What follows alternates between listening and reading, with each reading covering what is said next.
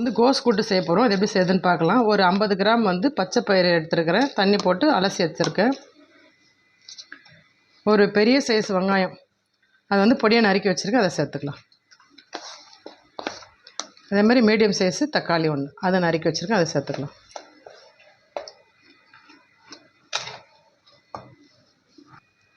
ஒரு 300லேருந்து 350 கிராம் இருக்கும் கோஸு பொடியாக நறுக்கி வச்சுருக்கேன். அதை சேர்த்துக்கலாம்.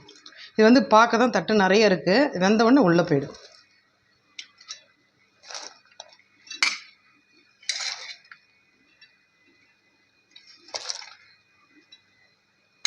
இது தேவையான அளவு உப்பு சேர்த்துக்கலாம்.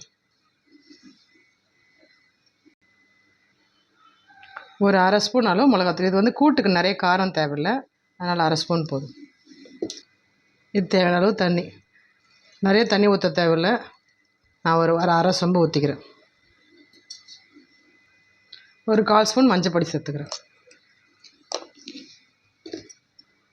ஒரு 6 பல்லு பூண்டு இடித்து வச்சுருக்கிறேன். அதை அதில் சேர்த்துக்கிறேன். இப்போது லேசாக தண்ணி ஊற்றிட்டு இப்போ ஸ்டவ்வில் வச்சுக்கலாம். சும்மா லேசாக ஒரு கலரிட்டு நம்ம மூடிட்டோம்னா இது வெந்து அப்படியே இது பாதிக்கும் உள்ளே போய்டும். இது உங்களுக்கு கலர் அப்படி வளட்டாலன்னா அப்படியே கூட விட்டுடுங்க. அப்படியே கொஞ்சம் ஒரு விசிலில் சரியாப்படும். தாளிக்கும் போது நம்ம மொத்தமாக இது பண்ணிக்கலாம். 2 விசில் அவ்வளோதான், முடிஞ்சது. வேறு விசில் அடங்கிடுச்சு. நம்ம இப்போ திறந்து பார்க்கலாம். பாருங்கள், நான் ஃபுல்லாக போட்டிருந்தேன். இப்போ உள்ளே போயிடுச்சு, பாதி ஆயிடுச்சு. கரெக்டாக வெந்திருக்கு. நான் 2 விசில் நிறுத்திட்டேன். பாருங்கள், தண்ணியும் கரெக்டாக இருக்குது, வெந்ததும் கரெக்டாக இருக்குது. இப்போ நம்ம தாளிச்சு சேர்த்து கொட்டிக்கலாம். ஒரு 1.5 ஸ்பூன் எண்ணெய் விட்டுக்கிறேன். ஒரு 1 ஸ்பூன் கடுகு சேர்த்துக்கிறேன்.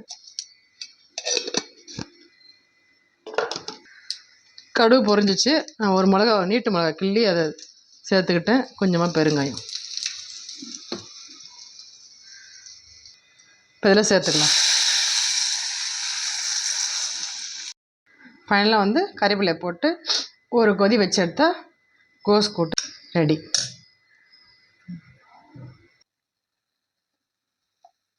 நல்லா கொதிக்குது பாருங்கள்.